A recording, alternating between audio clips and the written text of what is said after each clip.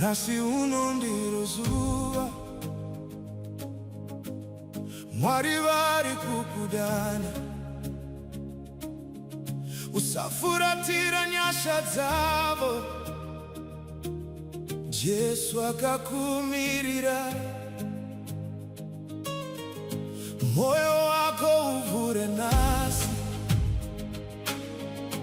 inzwa irashe chiti huya kwandiri mwanangu ndichakupa zororo usanonoka usazeza nyasha zake zichiripo nguva ino ndiyo yakanaka Yesu achiri kudana rakanaka zuva randakatenda kunashe rakanaka zuva randakagamuchira Yesu rakanaka moyo wangu wakawana rugare zvivi zvangu zvakabviswa Yesu ndiye muponesi wangu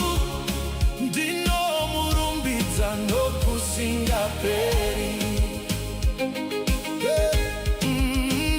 nguva yareva uchitakura mutoro wako wega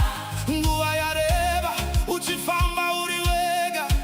Ishe Yesu vanoti uya kwandiri ndichakusunungura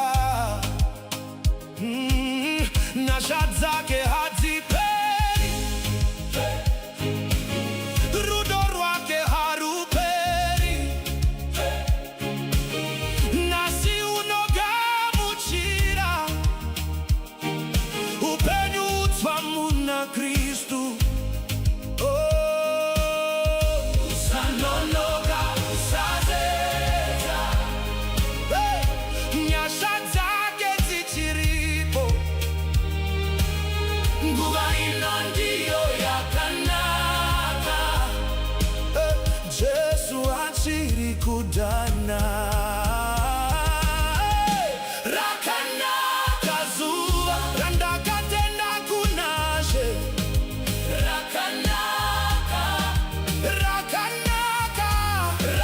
rakanaka zuva randakagamuchira Yesu rakanaka moyo wangu wakawana rugare zvivi zvangu zvakabviswa Yesu ndiye muponesi wangu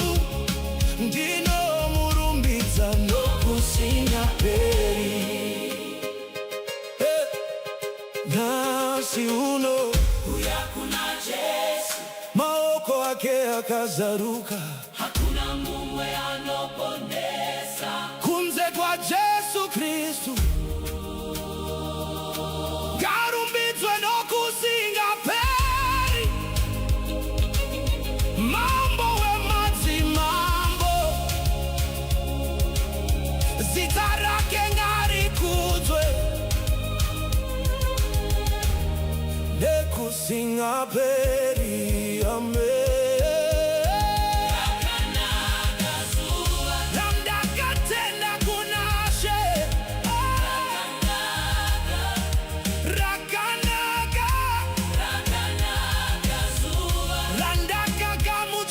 Yesu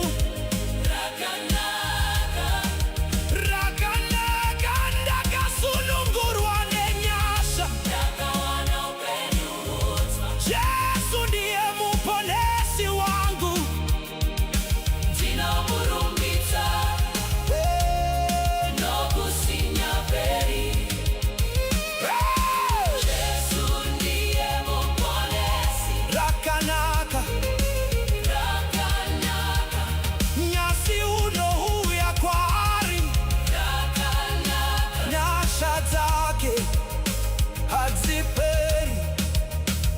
kasi uno